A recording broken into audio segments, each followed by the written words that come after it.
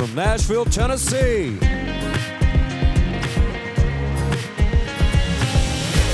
It's the Three.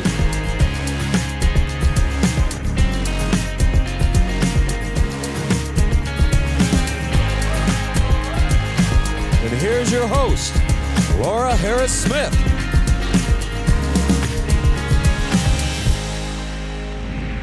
Hi everybody, I'm Laura Harris-Smith and welcome to The Three. Last week we interviewed Kellie Copeland, and if you didn't see it, you can go back to theTHREE.tv and catch it there, or find us on YouTube. But this week we are back and we have her daughter with us. So welcome to The Three. First of all, welcome back, Kellie. And then welcome, and Jenny Papapostolou. That is so perfect. It's great. Papapostolou. I'm so excited. Being a Smith, you had a that nice I can little actually Greek accent too. I liked it. Well, so you have, okay, I was going to say you have an amazing story. You guys, what a legacy. So you're in the Copeland family. You're Kenneth and Gloria Copeland's daughter. You're their granddaughter. You have your own children now? Yes, I have two. I also feel like I need to get closer to my mom. Get closer to Mama. That's real life. That's right. Is that okay? Like legs and yeah. We didn't even talk about this also, but you have. She's a cuddler. Are you Can a you tell? So the love languages, are you physical touch? Is that your? I think so, yeah. If you just ask on television to move closer to your mother, I think the answer is yes. Did that make you feel loved? For sure. I love my girl. Yeah. Okay, so you have 5 children. Yes. Which one are you? Birth order? I'm right in the middle now. You're number 3. Yes. Mm-hmm. Well, I'm a third born. Really? Yep, my husband's the third born. We have, in our family of 6 kids and 14 grandkids, we have this thing, third borns rock. We'll take pictures every now and again, but we rock. We do. Well, we've had to scrap for a lot, is what it is, you know. So, okay, I want to talk about your book, Sacred Smallness. Mm-hmm. Now, wrap your head around this, okay? So you're from this family that some call pioneers, I call rock stars. You guys are kingdom rock stars. And then God takes you. You could have done anything right out of the gate.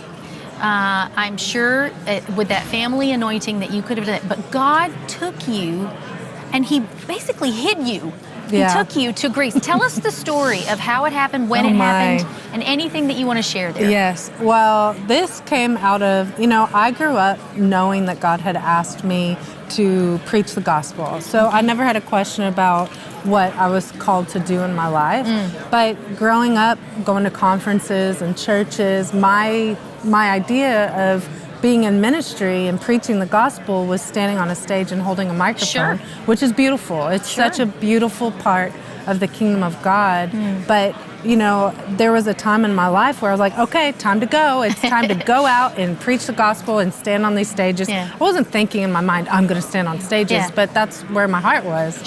So the next day, because I knew God had asked me to be available, so I was like, available to go and preach, available to go and travel and do my thing. So the next day that I felt like it was that time, I get a call from my grandparents, and they asked me if I would come help them and be available and cook for them.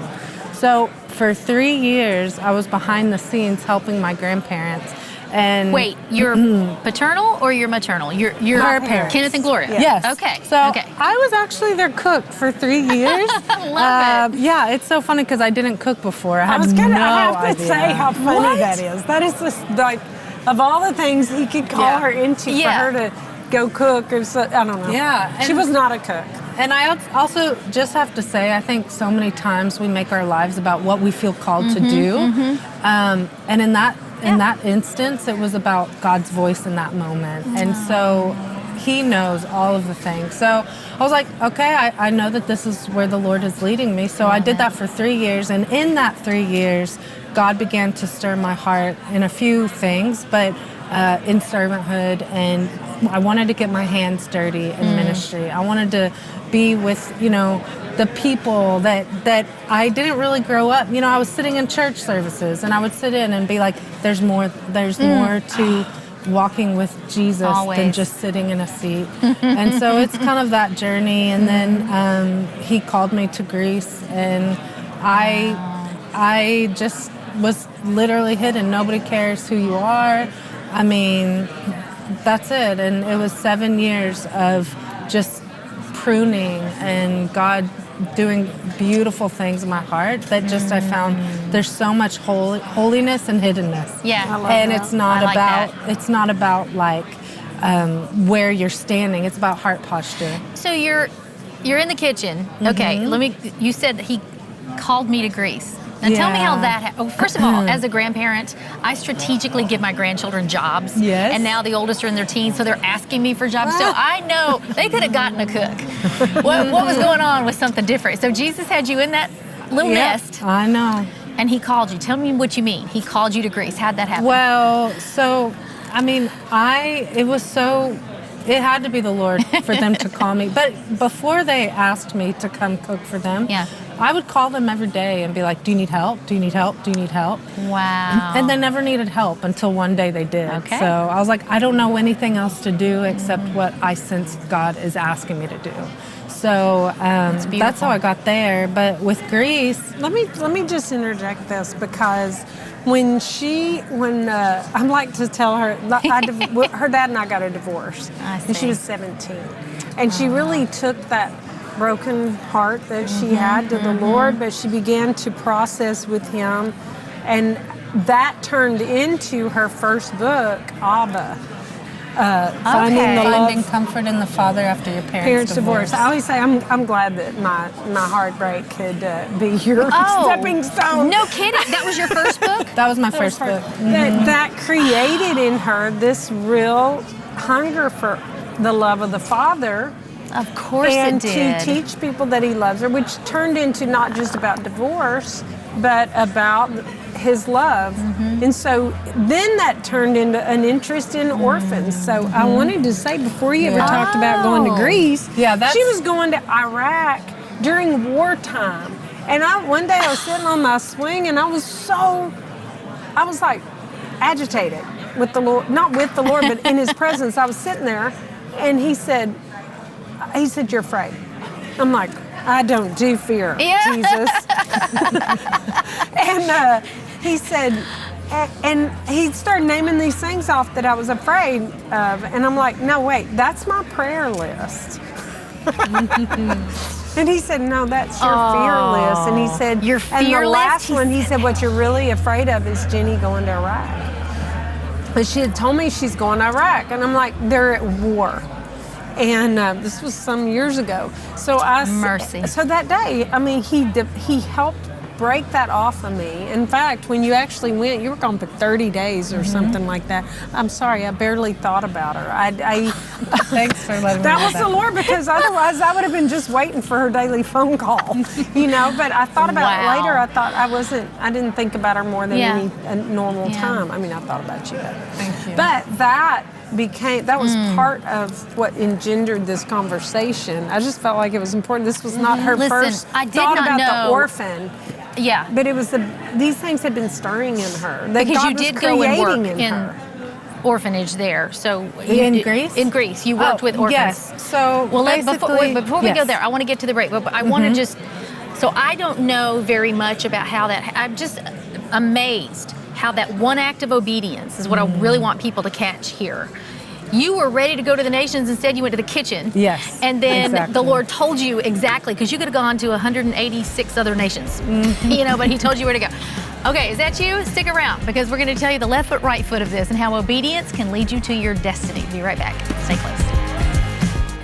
Hi, I'm Laura Harris-Smith, inventor of Quiet Brain Essential Oil Blend.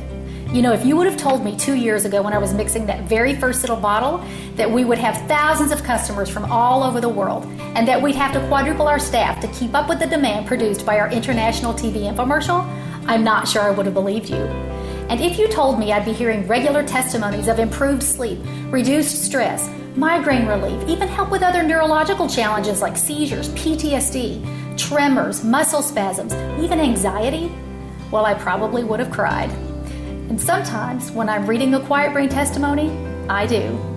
But if you would have told me 1 year ago when we introduced our Quiet Brain Variety Gift Box that it would become the biggest selling item on our online store at quietbrainoil.com, I would have said, I believe it.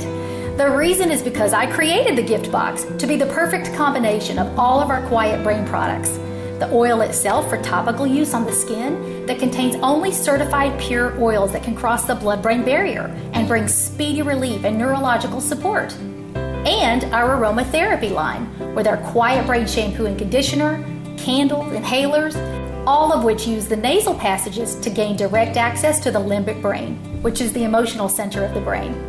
So whether you need to use Quiet Brain topically or aromatherapeutically, the Quiet Brain gift box has everything that you need. And now we've given our gift box an upgrade without increasing the price. It now comes with our satin Quiet Brain Sleep Eye Mask. Just put a few drops of oil on the nose guard and you're on your way to enjoying a good night's sleep. And it all comes packaged in a beautiful gift box and delivered to the destination of your choice or sent to you so you can use it for 7 different gifts or keep a few for yourself. When sold separately, the items in the box are $160, but you're getting it for $135. That's a $25 savings, meaning that you're getting the nasal inhaler and the shampoo and conditioner for free. The Quiet Brain gift box comes with 1 Whisper Quiet Nightlight diffuser with 16 color options and intermittent mist options, 1 dropper bottle of Quiet Brain, 1 Quiet Brain nasal inhaler, 1 Quiet Brain candle, the satin sleep eye mask, and your healing shampoo and conditioner. And remember, both are color safe, aloe enriched, paraben and sulfate free, loaded with wonderful ingredients like unscented coconut oil, olive oil, sugar beet betaine, and of course the Quiet Brain blend with its 8 essential oils like lavender, frankincense, myrrh, sandalwood, and more. We get repeated testimonies of both being used with great effectiveness during headaches for pain relief. So go to quietbrainoil.com to order. Quiet Brain is a great gift for any time of the year, but especially for seasons like these that bring additional stress. Give the gift of health and peace this year. Give the gift of Quiet Brain. What if there was a reset button for your body, mind, and spirit? There is! I wrote the 30-Day Faith Detox so you could cleanse your body, renew your mind, and heal your spirit.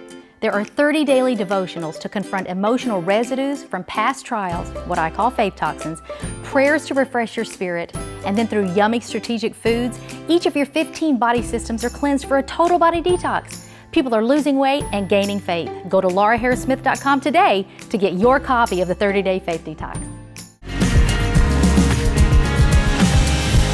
Everybody, I'm Laura. Welcome back to The3. We are here with Kellie Copeland and Jenny Papapostolou. Yes. Is that close enough? That's great. Papapostolou, That's great. I'm getting it. Okay. And we were talking right before the break about how you went into this hidden season of your life. Okay. So the Lord calls you to Greece. What do you do when you get over there? Where'd you go? Well, he had asked me to go. So I was preaching at the time. I wasn't cooking for my grandparents anymore, Okay. and I was preaching at the time. Okay. And God was stirring my heart for the fatherless after writing the book to young people whose parents had gone through divorce. And so he was stirring my heart. So everywhere I would preach, I would ask, is there a children's home here? What's the orphan crisis like? It was just what I did every place I went. And so I was invited to Greece. And it was funny because before I went, I was like, oh, I probably will, this is my friend, but I don't feel such a call here, which is hilarious. I married a Greek man. You married a Greek man. Yeah. And so I went and I asked, I was like, are there abandoned children? What's the orphan crisis like? Because they had invited me to come and speak. And they said the orphan crisis is horrible with the refugee crisis, the financial crisis, lots of crises. And I said, well, what if we started an orphanage? And as soon as I said that, was the Spirit of God just burning inside me that I knew this is what God wants us to do. So oh my goodness.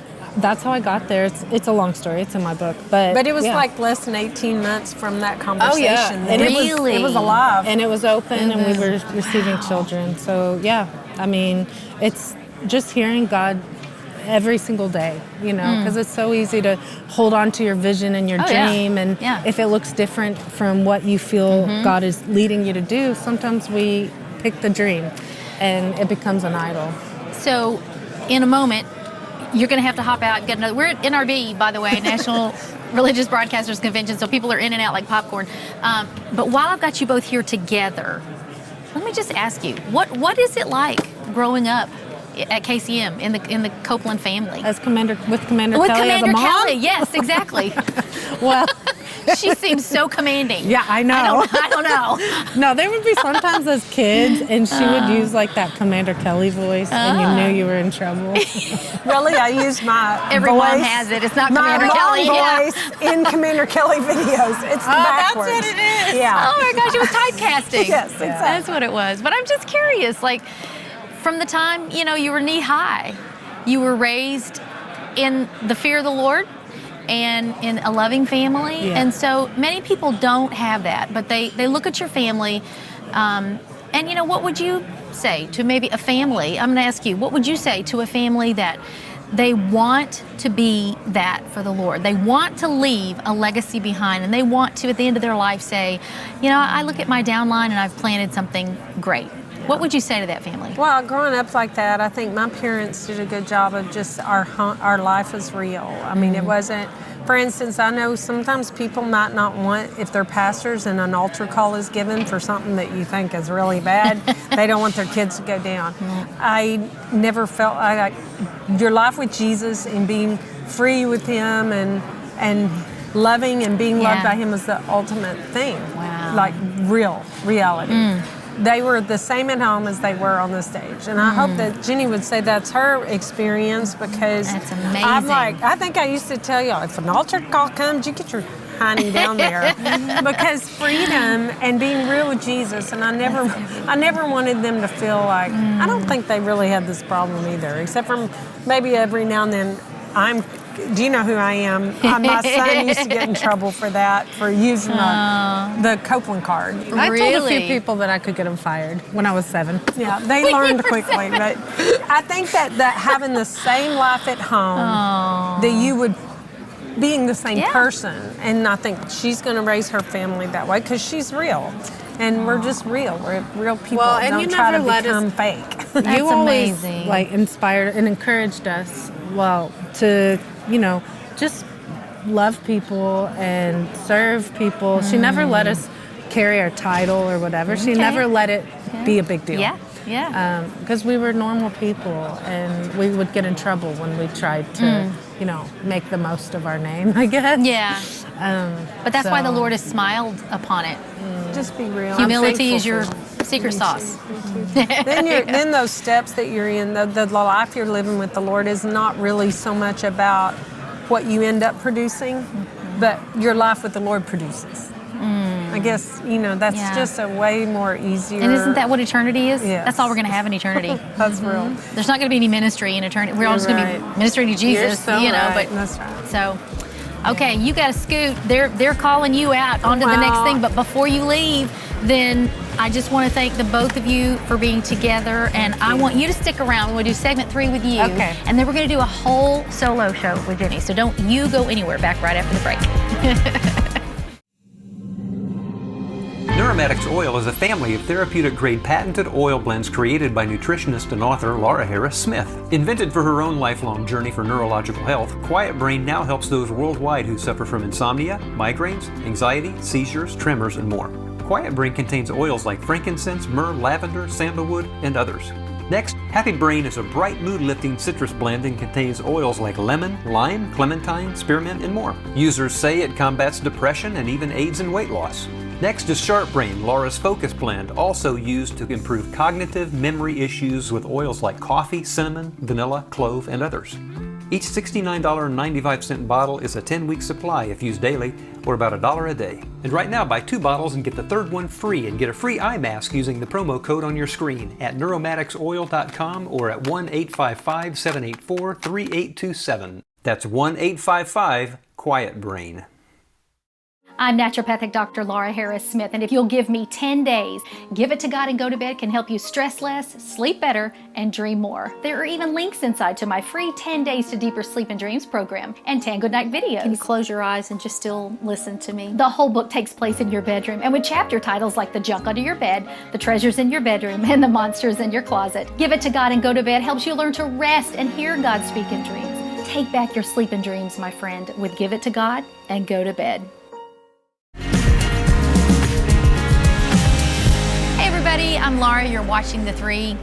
Kellie Copeland was here, but she had to fly. We're at NRB, and now we are here with her daughter, Jenny Papapostolou, and she was telling us about how she gets to Greece, she meets a man, she starts an orphanage. Okay, so now you're how old by that point?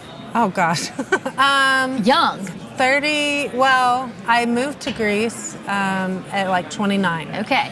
And then I started dating my husband at 30, got married at 32, I think. Wow. Yeah. And now I'm 36. Now you're 36. Yeah. Okay, I thought you were still younger than that. But wow, thank you. Point being, you were at a place in your life where you had to just say, okay, Lord, what's the next step? What's my next step? Because so many times people they know where they want to be, and they want to be there tomorrow. And instead, it involves an invitation to just come and be away with him. So what I love about your story is that you were willing to be hidden, what felt like hidden. Tell us about the orphanage over there that you started. Mm-hmm. Well, honestly, if I would have seen all the things that we encountered, and maybe I still would have said yes, but the thing is the Lord knows how to get you where you're supposed to be going. And I think that if we try to just make our dreams happen or our vision happen without guidance from the Lord, we'll try to do it in our own way. But sure will. I think all of us, if we've been walking with the Lord for any amount of time, know that His way is always better in our lives. So, I went over there, and there's a lot of things that happened. But I remember whenever we were starting the home, and I wanted to be the one to be like, telling the kids to brush your teeth, getting the kids ready.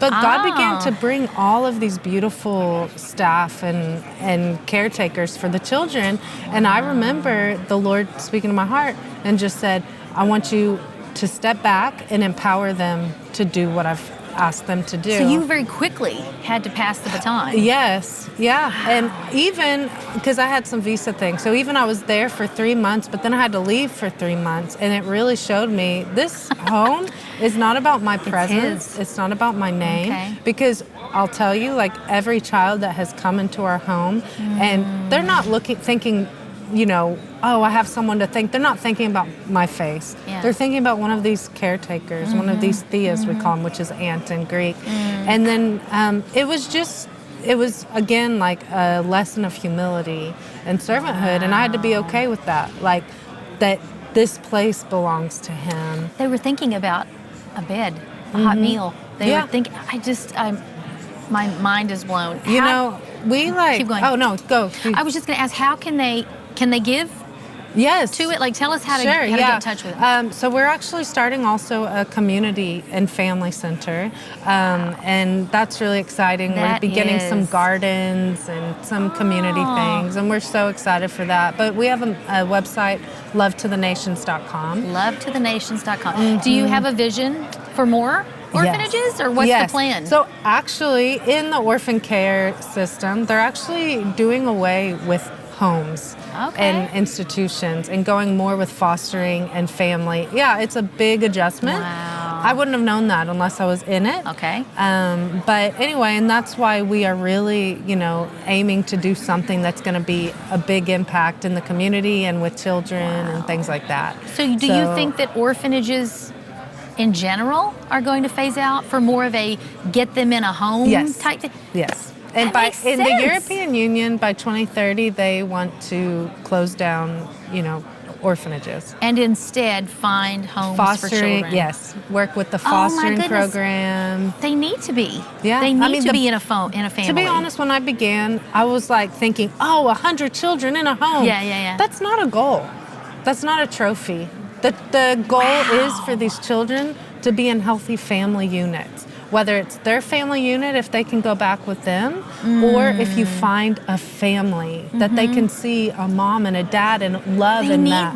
that. Like a children's home, it was a good model for what it needed to be. But I think even research shows that it's better. You have blown my mind. Why did we not see this? This is made because it's all we knew, I think. And it's always been. And I was about to ask you how many kids are there, and it's going to be a big deal. But so. Adoption, do you guys get into that whole thing, or just fostering? It depends on the situation, depends on the nation. So in Greece, it's very, they have a lot of restraints and things that, we help as much as we can in the adoption, because we have social workers, we have counselors, things like that. But it's really a government decision there. Is it really? Mm-hmm. Yeah, so it's crazy. Do you... Are you dual citizenship? Do you ever go back? His family's there, correct? His family's there. I mean, you have to go back. We have to go back. We have to go back to Greece. You have to go back. I'm thinking about Big Fat Greek Wedding. Wasn't the aunt Thea? Wasn't her name Thea? Well, Thea means aunt. It means aunt, I know, but I'm just saying, in the plot, like in the movie, her name was Thea. So you have this whole Greek family over there. Yes, and we had a big fat Greek wedding too. Okay, I'm glad you said that. I was going to ask. Yeah. So then, what does the future look like for you? We've not even talked about your book. You got to come back. We're going to do a whole other episode on Just Jenny. But what does the future look like for you? What do you think? So we actually just moved back from Greece a few months ago, and our heart is to build and expand. That's what the Lord had put on our heart. So and then in Greece, we're beginning this new community center and everything like that. So we want to do more. We want to build and expand the kingdom of God and love the fatherless, love the vulnerable, give a voice to those who have no voice. That's really our heart, to just show the love of the Father through Jesus Christ. I can tell it. I can see it. I can see it in you. It's just so beautiful. And there's never anything more important than loving a child to that child. They don't care about what you know. They don't really even care about what you have or impressed with the skills that you've, learned. They need love and they need tending to. Yes. So I see, an incredible future for you. You're quite young. Thank you. I'm not saying you're, but when you're almost 60, you're young. Thank you. And yet I see that you have what so many people do not. Like maybe they have a platform and they can go and they can teach, do that, but they don't have the heart that you have. I just think the future is really bright for you because the Lord has put you in touch with a piece of His heart as the Father. He will He will make sure that you get to take care of those people in your life. And I know you're going to have a beautiful ministry there. All right, guys. Well, we are going to come back in just a minute. No, this is the end of this show, but we are going to come back next week and we're going to have more with Jenny. Now, what I want you to do is give them a website, first of all, because I want them to be able to give. And then I want you to go to this website. You guys know what to do. Give to the address on your screen. And what is it, Jenny? It's lovetothenations.com. Lovetothenations.com. You guys are so good at this. Dig deeply and give. And I want you to just think about those kids in your life. Those kids who they need somebody. They have you. They have you. You can make a difference in a child's life. Would you think about doing that? And of course, give. This has been a phenomenal show. I've really enjoyed talking to you. And so come back next week. We're going to have a full episode just with Jenny Papapostolou. I am so proud of myself. So proud of myself doing that. Okay. And we're going to talk more about sacred smallness and your Abba book because that really intrigues me as well. All right, guys. Another great episode of The Three. We'll see you next time. I'm Laura Harris Smith. Bye-bye for now.